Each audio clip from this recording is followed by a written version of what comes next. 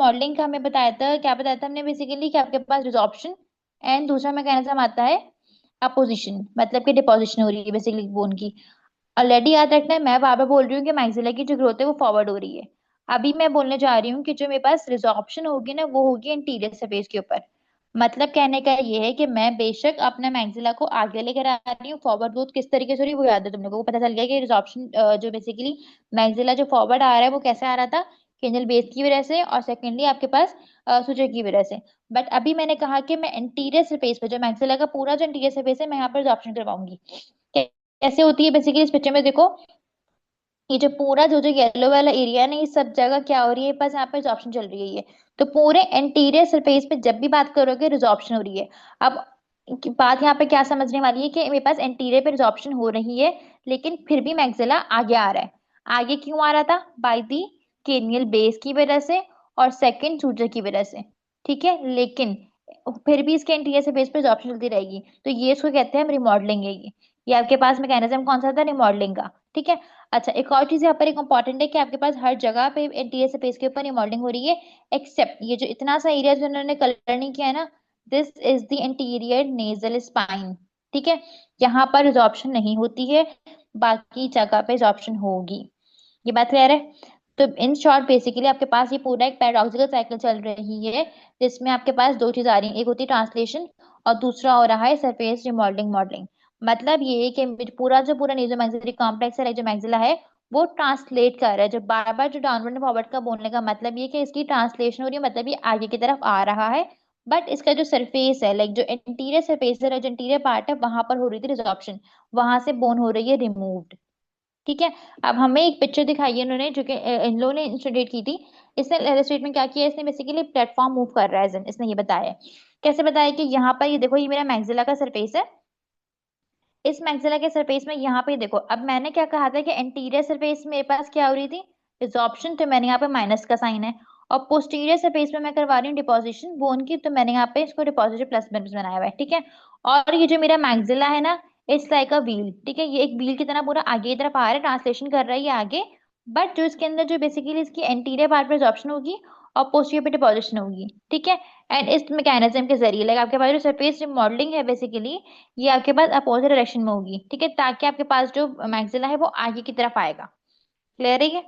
तो दो बातें याद रखना कि मेरे पास ट्रांसलेशन जो फॉरवर्ड एंड जो बेसिकली आपके पास जो डाउन फॉरवर्ड है, that is the translation of maxilla.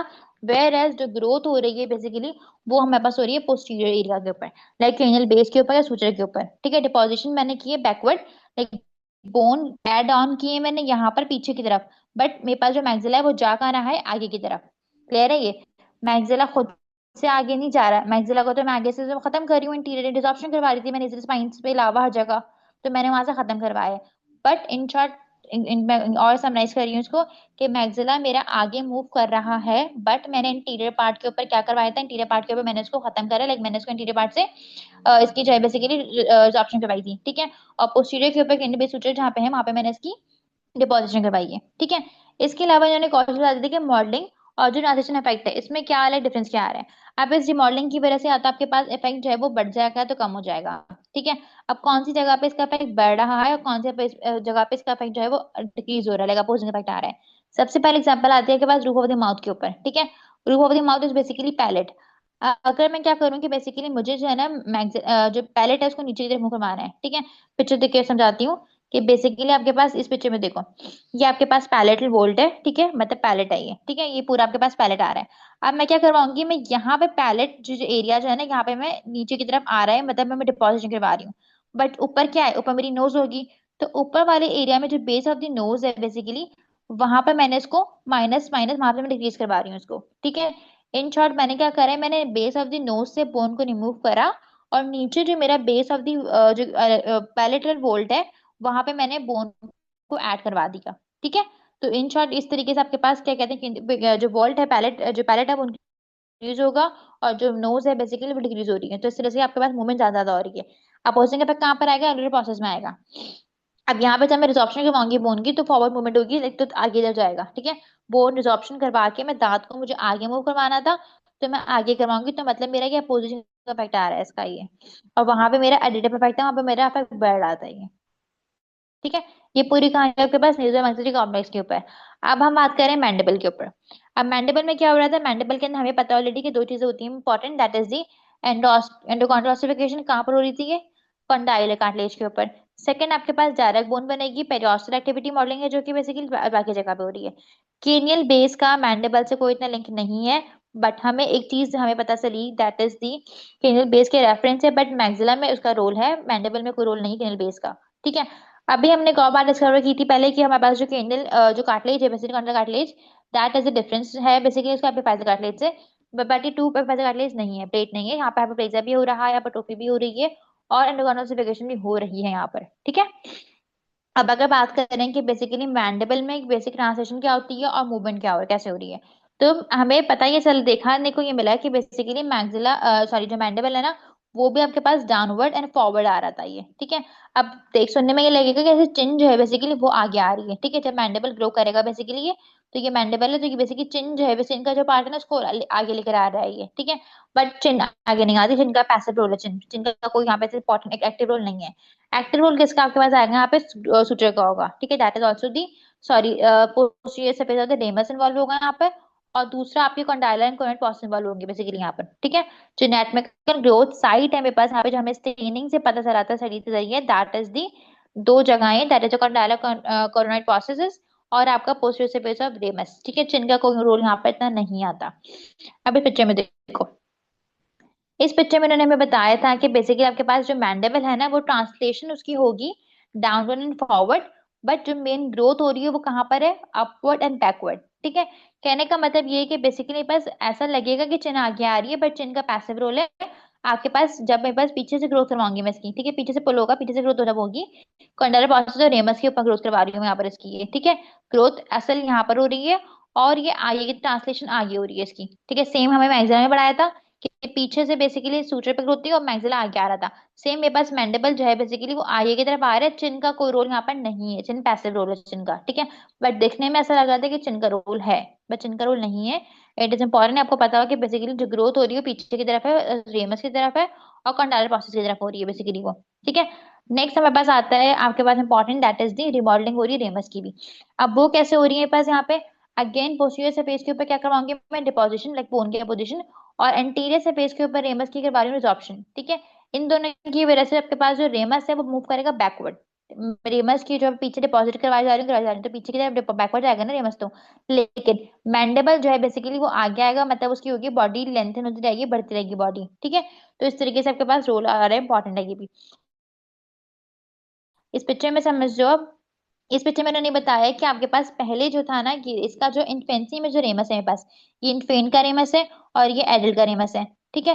तो इन्फेंसी में इसका जो कंडाइलर प्रोसेस है, ये कंडाइलर ना, ये कहाँ पे आया हुआ है, अब जब इन्फेंसी में लाइक अर्ली जो था इसका कंडाइलर प्रोसेस, लेटर जो है बेसिकली वो कहाँ पर है, बिल्कुल एंटीरियर रेमस से बन रहा है। इन शॉर्ट मैंने ये कहा कि जो पहले मेरे पास कंडाइल था, ठीक है, जो पहला मेरा कंडाइल था अर्ली, ठीक है, वो अब जो है बेसिकली लेटेस्ट स्टेजेस में एंटीरियर रेमस पे सरफेस पे आ रहा है वो।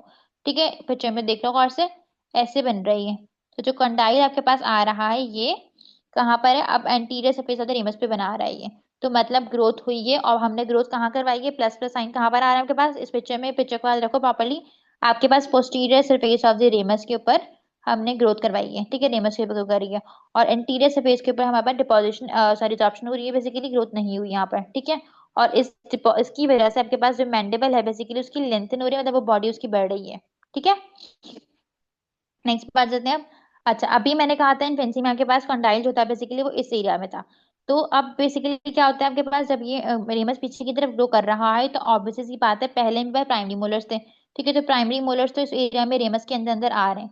लेटर मुझे चाहिए थर्ड मोलर तक की space, second molar permanent molars चाहिए मुझे। तो जब मेरे पास रेमस में मॉडलिंग रिमॉडलिंग होगी, इसकी वजह से स्पेस बनेगा सेकंड मोलर के लिए भी, परमानेंट मोलर के लिए भी। और अगर स्पेस नहीं होता तो इसी वजह से आपके पास थर्ड मोलर जो है इम्पैक्टेड रह जाता है वो, क्योंकि उसको स्पेस नहीं मिल रहा है, रैप्शन की जगह नहीं मिल रही है उसको। क्लियर है। अब नेक्स्ट आपके पास मैंडिबल कंप्लीट हो गया, अब हमारे पास आ रहा है soft tissue. We are going to discuss is basically the soft tissue growth. ठीक है। अब सॉफ्ट टिश्यू की जो ग्रोथ है बेसिकली वो आपके हार्ड टिश्यू की ग्रोथ से डिफरेंट होती है। एज इन सेंस की सॉफ्ट टिश्यू की ग्रोथ होती है वो बहुत लेट होती है। ठीक है। आपके पास सबसे पहले आता है ग्रोथ ऑफ लिप्स। ठीक है। अब जो लिप्स की ग्रोथ है बेसिकली वो स्केलेटल टिश्यू की पहले पीछे रहेगी। ठीक है। बिफोर द डॉलसन से पहले पहले। पुबर्टी के दौरान जब आपके पास ग्रोथ स्पर्ट आएगा, ठीक है, तब आपके पास लिप की जो ग्रोथ है बेसिकली वो स्टार्ट होगी। एंड देन आपके पास एडल्ट होते होते बेसिकली वो उतना कैचअप कर लेगा ग्रोथ को। बट बिफोर एडोलेसेंस आपके पास ग्रोथ नहीं हो रही लिप्स की, क्योंकि वो पीछे रह गई है। एंड देन बाद में कैचअप करेगी वो। अब जब लिप की हाइट होती है बेसिकली वो आपके पास शॉर्ट रहती है इसकी वजह से, ड्यूरिंग द मिक्स जनरेशन, मतलब एडोलेसेंस से पहले पहले। एंड आपके पास लिप सेपरेशन जो है बेसिकली इसको हम कहते हैं lip incompetence. Lip incompetence and competence are two words.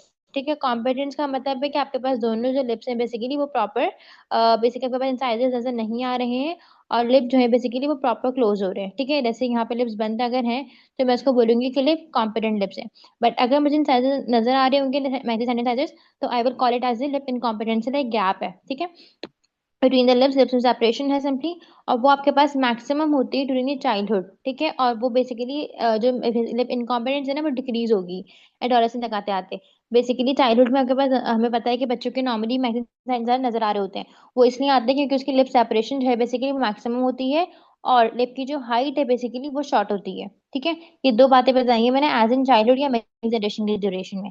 और उसके बाद क्या होगा आफ्टर आपके पास लिप थिकनेस है basically, this is other thing, that is the lip thickness. अब थिकनेस का मतलब है कि बस वो that is maximum during the adolescent. ठीक है, एडोलेसेंट में आता है थिकनेस मैक्सिमम होगी। एंड देन जब आप 20-30 में जाते हो तो ऑलरेडी आपकी लिप थिकनेस डिक्रीज हो जाएगी। अब ऐसा होता है क्यों, क्योंकि एजिंग की प्रोसेस होगा, तो ऑलरेडी सैगिंग हो रही होती है बॉडी के अंदर, लाइक फेशियल फीचर्स होती है बेसिकली में सैगिंग होना शुरू हो जाती है, रिंकल आ जाते हैं बॉडी के ऊपर एंड आपके फेस के ऊपर स्पेशली ना। तो एंड इसको वुमेन्स को लगता है कि बहुत प्रॉब्लम है, and they start taking treatment for that. तो ये भी एक इंपॉर्टेंट बात बताइए। ठीक है, अब इस पिक्चर में इनको कंपेयर किया है बेसिकली हमने। सबसे पहले हम बात करते हैं इस पिक्चर की। ठीक है, इस पिक्चर में यही बताया उन्होंने कि मेरे पास जो लिप की ग्रोथ है बेसिकली आपके पास वो पुबर्टी से पहले पहले नहीं हो रही, and then after until puberty इसकी ग्रोथ होना स्टार्ट हुई, एंड देन इसने कैचअप किया स्कैलेटल ग्रोथ को। कंपेयर कर रहे हैं हम लिप की ग्रोथ को विद द स्कैलेटल ग्रोथ। ठीक है, और फिर ये आपके पास आगे जाके मैक्सिमम हो जाएगी, एंड देन फिर दोबारा से डिक्रीज हो जाएगी ग्रोथ। ठीक है, और जो इस पिक्चर में उन्होंने ये बताया लिप थिकनेस के बारे में कि एडोलेसेंट तक लिप थिकनेस मैक्सिमम थी, एंड देन बाद में वो डिक्रीज हो रही है 20-30 में आके। दोबारा से देखो इस एज में आके लिप थिकनेस दोबारा कम हो गई है, and at puberty at adolescent lip thickness जो है बेसिकली आपके पास वो मैक्सिमम है। ठीक है, तो ये कुछ एमसीक्यू पॉइंट्स है जो कि याद होने चाहिए, इंपॉर्टेंट है ये भी। इसके बाद हमारे पास इंपॉर्टेंट आता है बेसिकली आपके पास that is the nose growth. ठीक है, अब नोज की जो ग्रोथ होती है ना दैट इज आपके पास कमी हो जाएगी बाय द एज ऑफ 10। अब आफ्टर 10 जो है बेसिकली वो दो जगह पे ग्रोथ हो रही है, nasal cartilage and soft tissue grow कर रहा है, सिर्फ और सिर्फ नेजल सॉफ्ट टिश्यू। ठीक है, अब आपके पास नोज की ग्रोथ कंप्लीट है पूरी। और हमारे पास जो नोज जो है बेसिकली बॉयज में सीनी मोर प्रोमिनेंट हो जाती है, ड्यूरिंग एडोलेसेंट प्रोमिनेंट है ये। और ये हमारे पास जो है ना नोज एंड चिन की ग्रोथ जो है बेसिकली वो लेट हो रही है, and it will become more prominent. But आपके पास लिप्स जो है बेसिकली वो ज्यादा ग्रो नहीं करते, एंड उनकी जो प्रोमिनेंस जो है वो डिक्रीज हो जाती है। और इसीलिए हमारे पास क्लिनिकल जो बेसिकली इसके अंदर जो रेलेवेंस बताया उन्होंने ये बताया कि आपने लिप सपोर्ट ऑर्थोडोंटिक ट्रीटमेंट के दौरान and specially in the late adolescent अगर बच्चा है उसकी ट्रीटमेंट हमें देखना पड़ेगा कि लिप थिकनेस कितनी है क्या नहीं है, ये हमें देख के ट्रीटमेंट करनी पड़ेगी उसकी। और ऑल्सो आपके पास जो एजिंग होगी, एजिंग की वजह से वो भी आपकी ट्रीटमेंट को अफेक्ट करेगी, एंड उसके अकॉर्डिंग हमें ट्रीटमेंट करनी है पेशेंट की।